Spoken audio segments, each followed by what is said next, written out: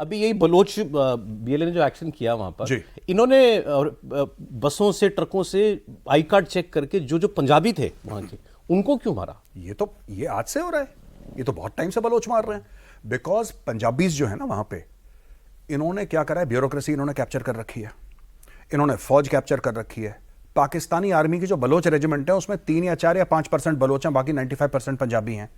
पंजाबियों ने, मैं पाकिस्तानी पंजाबियों की बात कर रहा हूं, उन्होंने जितने भी वसाइल हैं पाकिस्तानी स्टेट के, यानी कि सुई गैस लाहौर जाएगी, लेकिन बलूचिस्तान में जो औरत है, जो माई है, खाना बना रही है बच्चों के लिए, वो जंगल जाएगी, लकड़ी लेकर आएगी, उसकी आंखें बिल्कुल पथरा गई, उसके फेफड़े खराब हो गए, लेकिन उसको सुई गैस नहीं मिल सकती। सुई के गांव में जहां निकल रही है वहां लकड़ी वहां भी नहीं मिली। वहां लकड़ी जलाते हैं। सुई गांव जो है, जो एरिया है सुई का, तो एक बड़ा, और ये जो हेट है, आप कभी अफगानिस्तान में देखिएगा, या अफगानिस्तान, इवन तालिबान, नॉन तालिबान, उनका जो हेटरेड है पाकिस्तान के लिए, वो सिंधी के लिए नहीं है, वो पश्तून के लिए नहीं है, वो बलोच के लिए नहीं है, वो पाकिस्तानी पंजाबी के लिए हेटरेड है।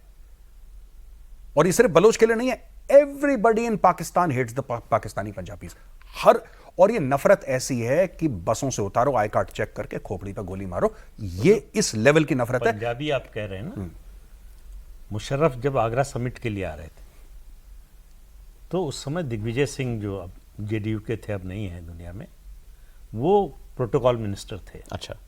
मुशर्रफ ने आने से एक दिन पहले इंडियन आर्मी के खिलाफ बयान दिया। तो ये जब मिले तो उन्होंने कहा कि आपने ये क्या किया, आप एक समझौते के लिए आ रहे हैं और आप इंडिया के खिलाफ ऐसा बयान दे रहे हैं। बोले कि आप पाकिस्तान को नहीं जानते। 3 कॉन्स्टिट्यूंसी हैं वहाँ पर, 3 कॉन्स्टिट्यूएंसीज हैं। ओके। एक है पंजाबी, दूसरा है सिंधी और तीसरा फौज। तो मैं न पंजाबी हूं न सिंधी हूं।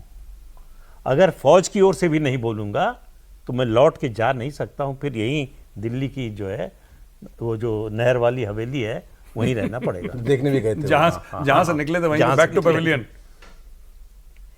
तो बलोचों को चाहिए नहीं पाकिस्तान। पश्तून क्यों लड़ रहे हैं? पठान, अगर मैं जनरलाइज करूं तो सारे पठान ही होते हैं वहां पे। नहीं, अफगानिस्तान में सारे पठान नहीं है। अफगानिस्तान में आपको ताजिक भी मिलेंगे, आपको बलोच भी मिलेंगे, आपको पश्तून भी मिलेंगे। पश्तून ज्यादा है वहां पे। अच्छा। पश्तून डिसेंट के। और ये जो पश्तून हैं, जो तालिबान है या टीटीपी है, ये सारे के सारे देवबंदी हैं। अच्छा। और देवबंद कहां है? उत्तर प्रदेश में। ये Taliban is a Deobandi organisation by the way. Tehrik Taliban Pakistan is a Deobandi organisation. ये आपके बगल में, नोएडा के बगल में तो है देवबंद। सहारनपुर में चले जाइए। ये क्यों लड़ रहे हैं पाकिस्तान से? देखिए, 2-3 है। ड्यूरन लाइन का मामला है। वो कह रहे हैं कि ये पूरा अटक तक, अटक जो है, अटक इज रफली, मैं एग्जैक्टली नहीं बोल रहा, अटक इज रफली the border between Punjab and KP, Khyber Pakhtunkhwa. वो अटक के जेल में जहां पे इमरान खान को रखा था, सेम प्लेस। तो ये कह रहे हैं कि अटक तक का इलाका हमारा है। ड्यूरन लाइन कोई अंग्रेज आया, अंग्रेज ने ऐसी जल्दबाजी में 3 दिन के अंदर लाइन खींची, आपने बोला ये पाकिस्तानी। ऐसा कैसे हो सकता है? हमारे बाप दादा यहां पे रह रहे हैं, जितनी भी ट्राइब्स हैं उनके कजन वहां पे ये हैं, इनका आना जाना है, आपने बॉर्डर बना दिया, हम मानते ही नहीं। पहली लड़ाई उनकी जमीन की है। जहां तक तहरीक तालिबान पाकिस्तान है, तहरीक तालिबान पाकिस्तान की लड़ाई शरिया नाफिज करने की है। वो कहते हैं कि तुम झूठे हो, तुम गंदे मुसलमान हो, तुमने इस्लामिक रिपब्लिक ऑफ पाकिस्तान अपना नाम रखा है, लेकिन तुम्हारी हरकतें इस्लामिक नहीं हैं, तुम पे पहले हम शरिया नाफिज करेंगे। और उनका नाफिज करने का जो तरीका है, दैट इज वेरी डेंजरस। उसमें दर्द बहुत है शरिया नाफिज करने में। जो टीटीपी वाले कर रहे हैं ना, मतलब उनका जो है, it's a very very painful form of sharia. तो पाकिस्तानी करना नहीं चाहते हो। लैंड की लड़ाई है, हिस्टोरिकल लड़ाई है, ड्यूरन लाइन की लड़ाई है, एथनिसिटी की लड़ाई है। बहुत 72 फिरके तो इस्लाम के हैं और हर एक फिरका दूसरे को काफिर बोलता है। भाई, इस प्रकार के मुसलमान, उस प्रकार के मुसलमान, हर एक दूसरे को काफिर, सारे एक दूसरे के मस्जिद में बम मार रहे हैं, सारे। तो ये है, ये सच्चाई है पाकिस्तान की। आपने फॉल्ट लाइंस की बात करी, आपकी सबसे बड़ी फॉल्ट लाइन बलूचिस्तान नहीं है। सबसे बड़ी फॉल्ट लाइन उनकी ये जो एथनिक कॉन्फ्लिक्ट्स हैं, बलोच के अलावा, पश्तून के अलावा, सिंधियों के अलावा, आपस में एक दूसरे को मार रहे हैं मुसलमान। Sectarian conflict. सेक्टेरियन, बिल्कुल ठीक बोला वैभव ने। सेक्टेरियन कॉन्फ्लिक्ट जो है पाकिस्तान में, 72 फिरके इस्लाम के, 72, और हर एक दूसरे को काफिर मानता है।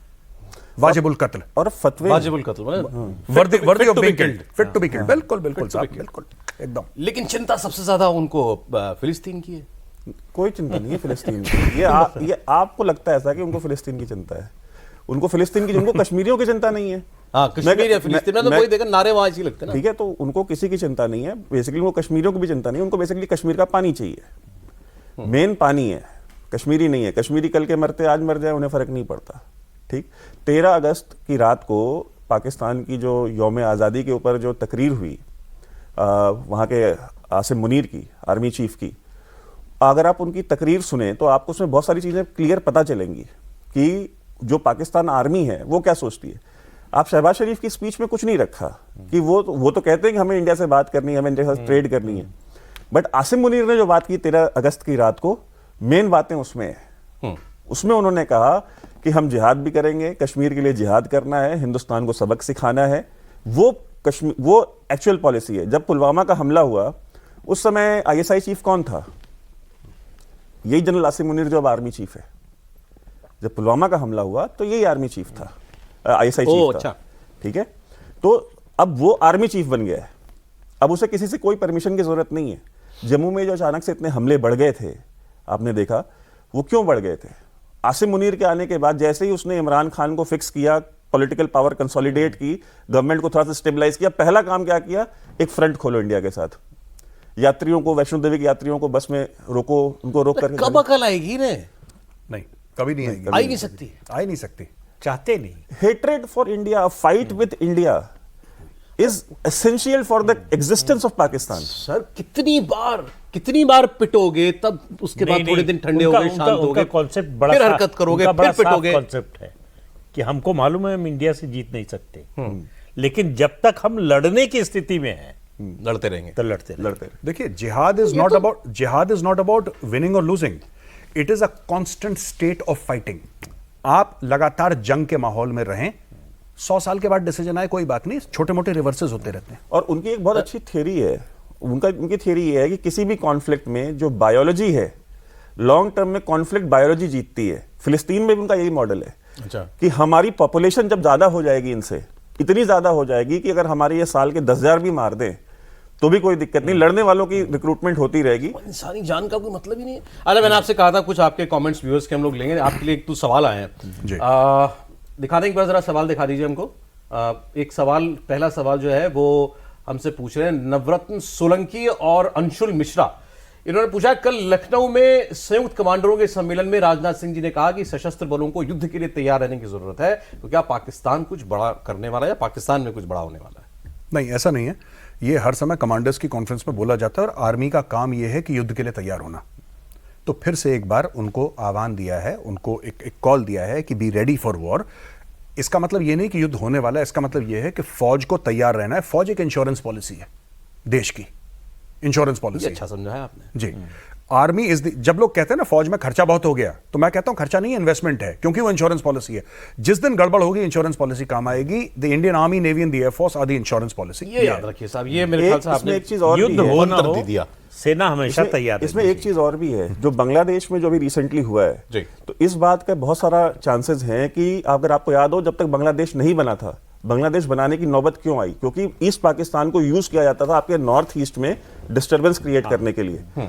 ठीक है, तो वो रिक्वायरमेंट थी बांग्लादेश बनाने की। अब जो बांग्लादेश में जो रिजीम आई है, जो जमात इस्लामी जो स्ट्रांग हुई है, और जमात इस्लामी पाकिस्तानी आईएसआई की इंश्योरेंस पॉलिसी है, तो वो उसको यूज करेंगे इंडिया के अंदर नॉर्थ ईस्ट में दोबारा इंसर्जेंसीज को खड़ा करने के लिए, जिन इंसर्जेंसीज को फौज ने खत्म किया है।